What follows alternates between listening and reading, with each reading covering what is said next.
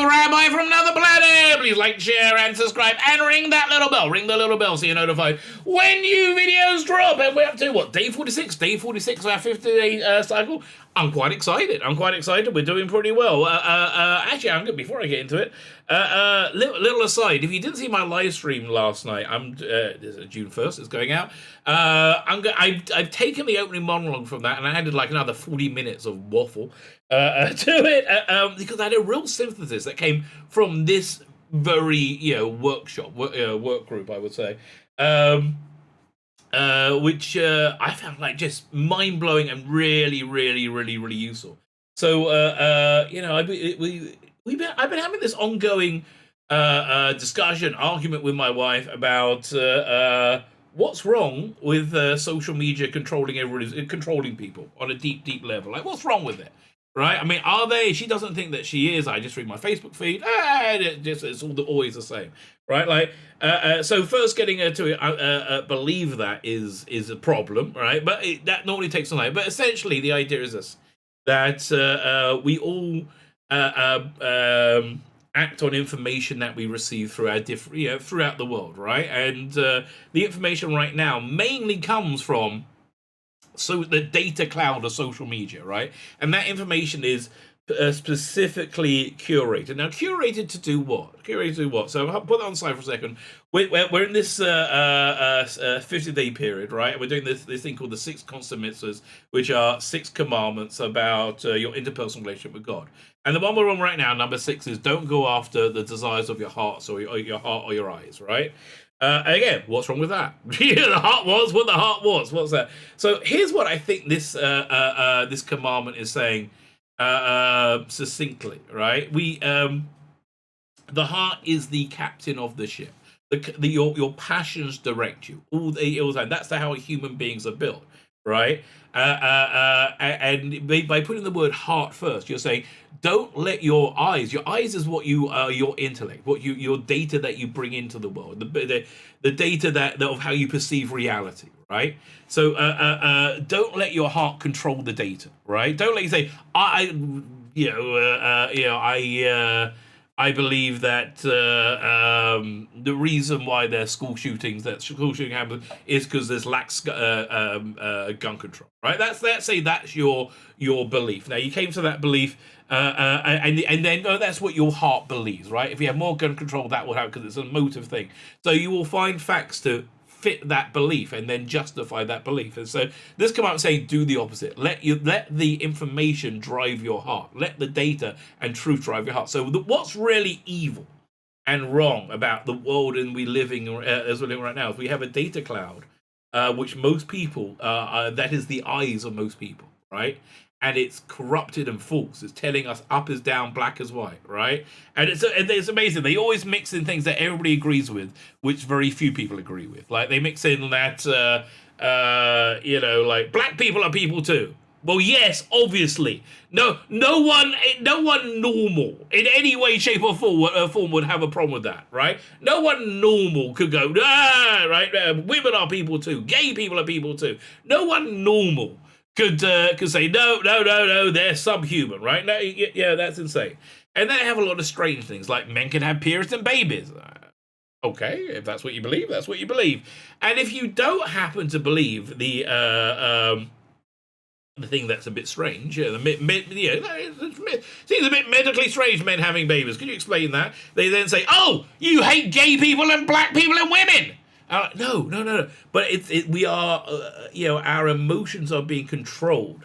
It's going the absolute opposite way that God intended reality, right? Our emotions are being controlled by social media, and to a lesser extent, media giants, right? They control the way social media works is they create conflict to keep you on the platform. That's the function of social media. Right, and also they got a strong left-wing bias because they know left-wing people will not tolerate right-wing thought, but right-wing people will tolerate left-wing thought. That's the justification. The actual real reason is everybody running them is extremely left-wing and they hate right-wing people. But like we have this data cloud of information which is corrupted and false and leading everybody. There's not a commandment of not putting a stumbling block in front of a blind person. That's wrong. That's essentially what this is, right? It's gaining control of people's hearts by controlling what they believe. Great example of this, Ukraine, right? Now, none of us really are that adept at Eastern European politics, right? But when Russia invaded Ukraine, it was a simple story. Russia's evil, Ukraine's good. We put their flag on it. That is the data that was uploaded to us, that was controlled with us, and it's specifically dealing with this commandment, right? Which I found absolutely fact. So I deal with that in my live stream, but I think I'm going to release that, I don't know, Monday maybe, Saturday, Monday. I think Monday, because I want to be online when it goes out. It's a real response to innocent handling. And I got a cat next to me playing with a baggie. Leave the baggie alone, Mr. Cat. No, he's taken to the liking to hang out here. Okay, no, not for you, kitty cat. There's a cute cat. Got out this morning. What a pain in the ass he is. I normally wouldn't mind, but he's blind as a bat, right? Anyway, like, share, subscribe, comment. All those things are fantastic. Still sick. I'm still sick from yesterday. I think it's early though. I think I'm going to be able to take half the day off, which is. I'll just go veg in front of Stranger Things. That is my plan, right? That's my absolute plan. Fine. So we're in this 50 like, share, comment, subset, all those things are good. We're in 50-day cycle. Goes from Passover to Shavuot, where God appeared at Mount Sinai. Blah blah blah. You know this. I've done this a million times before. And we're doing the 6 constant mitzvahs, the 6 constant commandments. The other 5 are love God. So I'm just going over the notes of what we're getting up to today. We're on day 46. Love God, fear God. I mean, no, first one is know there's a God. See, I was distracted. Know there's God, have faith. Don't have any other gods before him. He's the only one, only power. There is only God. There is only God. There is nothing else other than God. God is one. Love God, fear God, and now don't go after the desires of your heart, which we're talking on right now. And we're on day 46, so we're going, where are we? Okay, fine, so where we are. And we're going to there. Fine. So, there we go. So now we are at. Wait, did we really do that? I thought did we do that? I think. Oh, we did the. Yeah, fine. So we're at. So now we're at the headline is Achre Lebetkin, which is you going after your heart, right? So we looked at what the heart is. We looked at the eyes, and now we're saying what is it to go after your heart, right? What's it? And so the subheading is I feel like. What do you feel like? Until now, we have been discussing the heart and eyes as a cohesive unit. We have defined the commandment of not going after your heart and eyes as the need to control your emotions and perceptions rather than have them control us, right? And now, again, our emotions and perceptions are being controlled by Twitter and Facebook. Before we can learn how to take control of our heart and eyes, we must first learn to differentiate between them. Okay, fair enough. The heart and eyes both seem to send the same message. The heart represents feelings, like I feel like doing this, and the eyes send stimuli to the mind that are interpreted as I want, right? Okay, so we got I feel like and I want. Both are these are both involuntary reflexes to external stimuli, but they are different. The emotions represented by the heart may not be accompanied by the incontrollable drive to follow through on them. They may not cause us to sin impulsively. Rather, they affect our decision-making process and cause us to make improper choices. Right? Okay. So that's where we are. So we are. This is all decision making that we're talking about. Let's look at an example. A person who has chosen between a professional career and a more spiritually minded occupation will often be affected by an emotion. The choice between a life devoted to a thankless task of helping people and one of relative comfort by doing a real job is a difficult one. I mean, yeah, okay. I mean, it was written for the guy who wrote this, who obviously went into outrage. Man, I was so sick this morning when I was coughing. I got to synagogue. I'm like, man, I can't be in the synagogue with coughing. People are going to give me skanky eye. So I ended up praying on my own and coming home. That was it. It was blah, blah, blah. The first five of the constant commandments are necessary in making initial decisions. Clarity in the purpose of clarity and purpose in the purpose of the word will certainly in purpose of the world. Clarity and purpose of the world will certainly move a person in a certain direction, but not going after one's heart and eyes will be vital to the aftermath. Someone who has made a philosophical decision to use their talents in the most meaningful manner possible may find themselves being beset by feelings of disappointment from time to time. Oh, that'd be me. I would have been a millionaire. You probably wouldn't. They may feel, and instead I'm struggling making a living, or I could have been a famous doctor, and instead I'm despised as a walking meddlesome conscious of the neighborhood. Okay. Again, this is sounding a little bit personal to me. Okay, that's the vibe I'm picking out from this. Realize that in this case, a heart does not develop a craving to make money. That might be a problem, or that the gambler or the workaholic faces. The problem here is the involuntary feeling of disillusionment that begins to develop in the heart, saying you must change the direction of your life. Allow that feeling to flower and bloom. Is straying after the heart.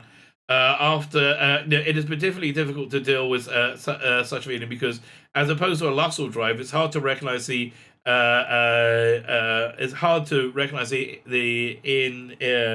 iniquity of the heart and label it as such, right? Okay, fine. So let's look at another example of how emotion is accompanied by drive, but harmless nonetheless. Okay, let's look at that. A Holocaust survivor. Well, that's cheery. Was it a Holocaust survivor recalled that once he saw a group of defeated, tired SS men being held by the Russian army. He said that he and the fellow survivors felt bad for their former tormentors for a few minutes. Well, that's pretty compassionate of you guys. Okay. When we hear the story, we understand the emotion felt by this survivor. Well, the prevailing mindset in the world nowadays, set by Western liberals, is we consider compassion to be the closest thing to perfection. Man, yeah, I wish you could see the world now, mate. You probably can.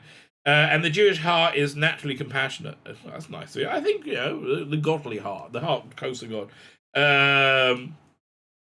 But the rabbis teach us, warn us not to fall into the trap, because one who is merciful towards cruel will end up being cruel to the merciful. That is 100% the world we live in. Somebody who is merciful to the cruel will be cruel to the merciful. That's 100% the world we live in. Man, they should make that into a t-shirt. They will derive the lesson from they derive this lesson from a painful episode in Jewish history.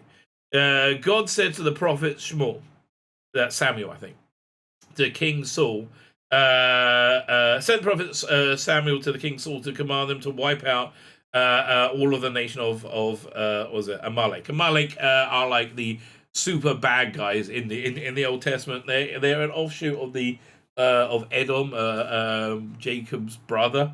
And they're the naughty National Socialists from Germany in the 1930s. If you're trying to recognize them, that's where you'll find them. So Saul did not have the heart to kill everyone. He left the women, animals, and Agag, the king of Amalek, alive.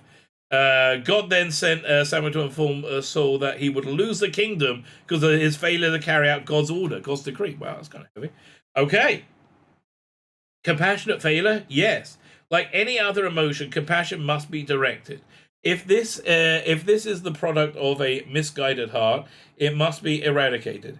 In Shaul's case, it was misplaced compassion. The Midrash points out that not very much later, the very same Saul ordered the pious priests of Nov should be killed. Because turn the page. Because he was under the impression they were sheltering David, who would become King David, who had been his anointed successor. The rabbis determined that Saul's problem was that he allowed his heart. He followed his heart. When his heart told him to be compassionate to the Amalekites, he followed it. When his heart told him to protect his kingdom and his family's fortune, found his future, he followed it in an act of that totally lacked compassion. Man, this is really true, right? It's a great example. I'm down for this. Okay. When a Holocaust survivor says he felt bad for the imprisoned multinational socialist torturers and murderers, he demonstrated a compassionate heart. The Bible warns us not to follow our heart in such cases. Our values continue to be distorted when we accept emotions that should not exist. We must learn to control and redirect them when they are inappropriate. Yeah, there's no doing that. There's no doing that at all, isn't it? This is really 100% agree. We are required to develop a passionate hatred towards evil, towards Amalek. Right? This commandment is a bit of an anomaly. Right? The Bible does not command us to foment hatred in any other case, but this commandment also represents a basic tenet of Jewish law. The heart is not sensible. Right? That's very true. The heart is not sensible. It creates inexplicable feelings, and we are in danger of acting of those feelings. The heart must be guided. In the unusual case of Amalek, we must enlist services bring us sufficient hatred towards them so we can fulfill the commandment to eradicate them. We've got to eradicate evil. That's essentially what it is. Eradicate evil from the world. I lost my place. Regarding other mitzvahs, we learn to program our heart in such a way that will provide us the energy needed to carry them out. Above all, we feel that our heart developing a program of its own, independent of God's will, we must learn to ignore it. Or again, developing a program by programmers, right? Literally programmers. So, going off your eyes, Achrei Anayim, I want. So we say I feel and I want, right? So the eyes say I want, the heart says I feel. We find a subtle difference in terminology. King David used when praying for success in controlling various aspects of the body. He said, "Incline my heart towards your testimonies and not to greed." Okay, followed by. Avert my eyes from seeing futility. Man, I think the only thing my eyes do see is futility. Okay? At the very beginning of the Code of Law, the Torah, the person, the rabbi wrote it, explains the difference. We are not coerced to process external stimuli of our heart. We choose to ignore them and incline our heart towards good, even after it senses evil. Yeah, I guess that's very true, right? I mean, I think that's universally true. We don't have the same opportunity when it comes to our eyes. As soon as we something improper passes before us, our brain processes the information, and the image weakens our value system, especially those good images. This was written before the internet as well. It's funny. The eyes, therefore, must be averted from futility, for even the slightest glance of evil can lead us astray. That is true. That is true. I honestly, I was really good about not looking at things that were too salacious. I went for a period of being like really kind of pure about it. What really broke that was Iron Man 2. I was sitting in the cinema. My kids were young with me, and Scarlett Johansson was on it, and she changes into Black Widow, right? And she does this he does that sexy fight thing and flicks her hair back. I literally gripped my armrest and and groaned. It was like, whew, hey caramba.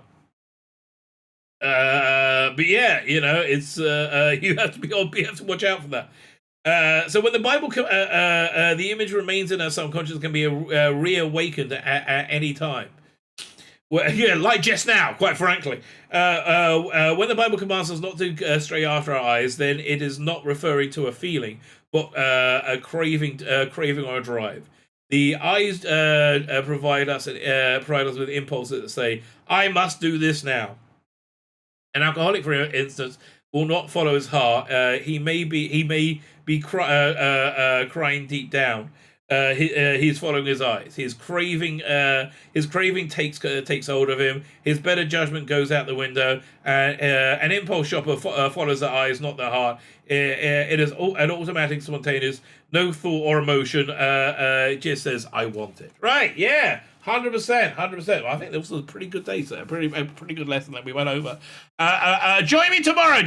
Day 47 tomorrow, man. We are really round the bend. Only a few more days to go. Join me tomorrow as we continue this exploration in connecting to the infinite. My name is Tzvi Lebetkin, the rabbi from another planet. Please like, share, and subscribe, and ring that little bell. Ring the little bell so you're notified when new videos drop.